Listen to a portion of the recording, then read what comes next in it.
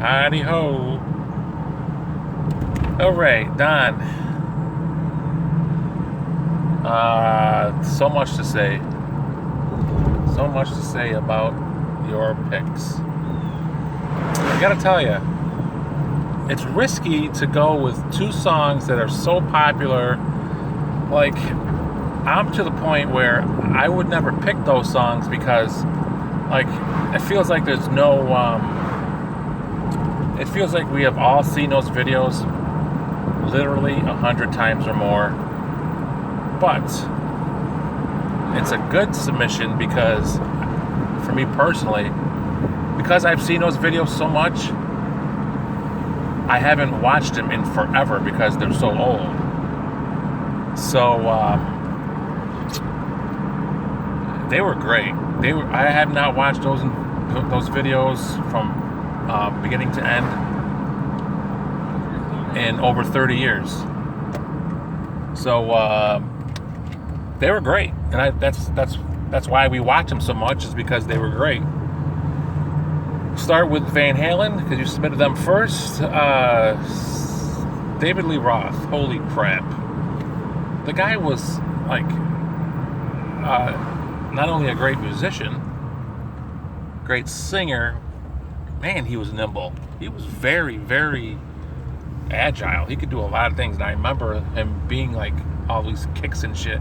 At the end of that video, he did that where you stand up and you just flip. You just, in the stand position, you just jump. Like, that's crazy. And all his like jumps on there when he was like off the stage, like spread eagle, and again he's kicking at the end. It goes against what I said about musicians. When they do other things, they look awkward. I would say David Lee Roth is the second guy, because the guy I'm about to mention, who was very, I would say, I guess the word is athletic. The other guy that I'm talking about, I'm sure you guys remember, was Flea from Red Hot Chili Peppers. That little shit. I seen him doing so many things. MTV had shows years ago where they were outdoors and doing outdoorsy shit, and he was so athletic. And then he played in the Rock and Jock basketball game one year. I don't think he was dunking, but he was incredible. I remember him being up on the rim. I don't know if he got boosted up there or how he got up on the rim, but the guy was a freak. So anyways, David Lee Roth, I don't think he's as athletic as Flea, but very, very impressive. So that the outfits he wore in there were outrageous, but cool at the same time. And I remember Martha Quinn saying he changed his wardrobe X amount of times. I don't think this is as many as she said. Maybe it was lost on the cutting room floor when they edited the video. But he definitely changed outfits a few times. Very flamboyant. That's the 1984 is the first album ever that I bought with my own money, and I loved it. I played it front to back all the time. And then years later, probably like 2001, I bought the CD as opposed to having the cassette tape. And I'll tell you what, it's still in my car today, that 1984 CD. I played it about 3 months ago in its entirety. So I love 1984. I love the year 1984. I love the CD 1984. I think I like just about every song on that. The video, again, very well done. I remember when it debuted on MTV, what a big deal it was. Oh shit, I gotta do some backup shit here in the car while I'm talking. You know what? Fuck it. I'm just gonna park on the side. Perfect. Now I got like 10 minutes. Okay. So that's my take on that. I watched Jason's video. He used the word corny for Eddie Van Halen. I don't know if I would go corny, but very happy and like, he looked like a little kid. Because when you watch that when you are a little kid, he seems like an adult. But looking at it now, his smile and his like a little kid. And again, it's the first group that I can name every member of. I think Michael Anthony looks great in that thing. I don't remember him looking like, obviously he's the bass player. He had a huge role in there. And here's the other thing about drummers. I'm going all over the place in this video. I know it's going to be long. I'm sorry, but well, maybe it won't be. Chad Garofalo, I'm friends with on Facebook, and I'm making a Chad Garofalo reference on our Friday Night Video Fights. He is the most. He acts like he is 20 years old still, which I guess could be good and bad. And I guess he's big into drums. He's always bragging about, yeah, the drummer gets all the pussy, the drummer gets all the ass. I'll tell you what, I think there's some validity to that, but it's also watching that 1980 the Jump video. The drummer is always confined to staying behind the drum set, which is obviously a huge role and very important. But everybody else can go on the stage and just run around and play their guitar over here or over there. The drummer just gotta sit there. So I think that would suck about being the drummer when you're entertaining. Okay, so what else do I have to say about that video? Yeah, to Jason's point, how young they all look. David Lee Roth, man, damn. And I wonder what David Lee Roth would look like. I've seen him lately, or maybe a few years ago, with his hair like all thinned out. But how would he look cool doing that shit with short hair? I think the hair added to his jumping, and it's just a great look for him. Journey, faithfully, exactly the same opinion. Hadn't seen the video in forever. I watched that video so many times, and the song just became so overplayed. Like, again, I would never submit these videos, but I'm glad you did, because watching them again, you just remember how good they were. So much to say about this one also. Great song. The footage of them being on the bus, I could actually feel how cold it was in some of those scenes, or when it was the sunny weather. And I remember feeling like that when the video came out. It's 1983. I remember that specifically. Watching that video even back then, I felt like you were there almost. That sounds kind of gay, but I felt like you were there in those scenes on the bus. And at the beginning, when Steve Perry is on the phone, I mean, that looked like real shit. Like, I think a lot of that was real footage. He looked like whoever he was talking to, I'm guessing is maybe his significant other. He looked so upset and like so. Watch that again. Like, he's on the phone. I mean, maybe he was acting. I think it was real. And he's sitting on the bus. And who's the curly-haired guitar player?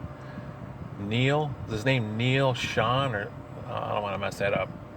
He was always a huge part of Journey. Always stood out. Maybe it's because of his fro. But a lot of his parts on there were great. The drummer, when he's playing the drums on, like, it looked like the couch arm of the couch. Like, that shit was like so authentic to me. I loved it. I mean, I'll probably watch that one again. This is mean. It's mean to say, but I gotta say it. I don't know who the pretty boy is. I know he's very significant also in Journey. I think he ones that played the keys, right? Then there was the drummer who had like a shitty look. And I guess it's maybe the bass player. There's actually a 5-man group. It looks like Bryan Adams. I'm gonna say I've never revealed this before because it was hurtful, but it's 30 years ago. Who cares? Man, I've never revealed. When I was actually in San Diego for my 23-day stint in the Navy, you had shit, shower, and shave. You literally had, I don't know if it was 5, 10, or 15. It might have been 15. It was no more than 15. It might have been 10 minutes. You had that much amount of time to shit, shower, and shave, and get outside, get ready to fucking march. That's what you had to do. And I remember, it's fucking funny actually. I remember I had to do that. I was so tired, I had to do it. I probably had cut marks on my fucking face and shit. This bald fucking head, probably 140 pounds. This black dude was standing out in front of me, waiting for everybody to fall in to fucking march. And he looked at me, and why I'm saying this is because this is what I'm saying about this guy and Journey. He looked at me, and I'm saying right now what this guy said to me. You a ugly motherfucker. That fucking guy. I mean, hell, I live with it. It's fucking terrible looking like that, but fuck, he's ugly. Damn, he got no ass, or he got very limited ass. I guarantee that. So I had to make that point. So much going on in that video. I loved it. I am picking faithfully. Again, nothing against Journey or nothing against Van Halen. It's a great video. A lot of memories to that one. I'm like Jason. That was my first real look at them. I remember Mike DeProspero, and specifically Mike, not Mark, Mike DeProspero, being at our house, just tagging along with fucking some of the guys one time. Was like, this is their worst one. Their synthesizers and like, this album's terrible. But someone like me, who was into that more pop kind of shit, loved it. Turned me onto them. Got me listening to their older shit, which I thought was great. Corbett got me into them. What's it called? Unchained. Oh, what a fucking song that is. Like, so it was good. Like, some people hated it, but it got me to like get into more Van Halen. So I got into it because of 1984 and because of Jump. What else? I'm sure there's probably the Faithfully video was so well done. It just seemed like real vintage shit. So that's why I'm picking it, and it's a great song. It's a fucking fantastic song. I actually had that. It's from Frontiers. I know that too because I got that Frontiers tape when we had that. Remember that shit where you can buy fucking 100 fucking tapes for a penny, whatever the hell the catch was. I had Frontiers, which was a fucking fantastic album. So I'm taking Journey. It was kind of close, but as I watched Journey more, it kind of broke away and took off, and it wins going away. So there's that. Okay. I don't know why we couldn't do this live, but well, at the end of the day, it's fucking Video Fights. Who gives a fuck? But would have been different. Would have been cool. 10 minutes. 10 minutes. Anyways, Don and Jay, safe travels. I guess, Jason, you should be close now. It's 2:57. I heard you coming in at 3. Don, like 6:30. I guess we'll get together later. We'll have a good weekend. Should be fun. Just ready to go. Ready to go. And Jim, I haven't said this, but great job on your end getting everything done. Awesome. Very good. I can't wait to get this going tomorrow. See you guys all soon. And that's it. I'm taking Journey later.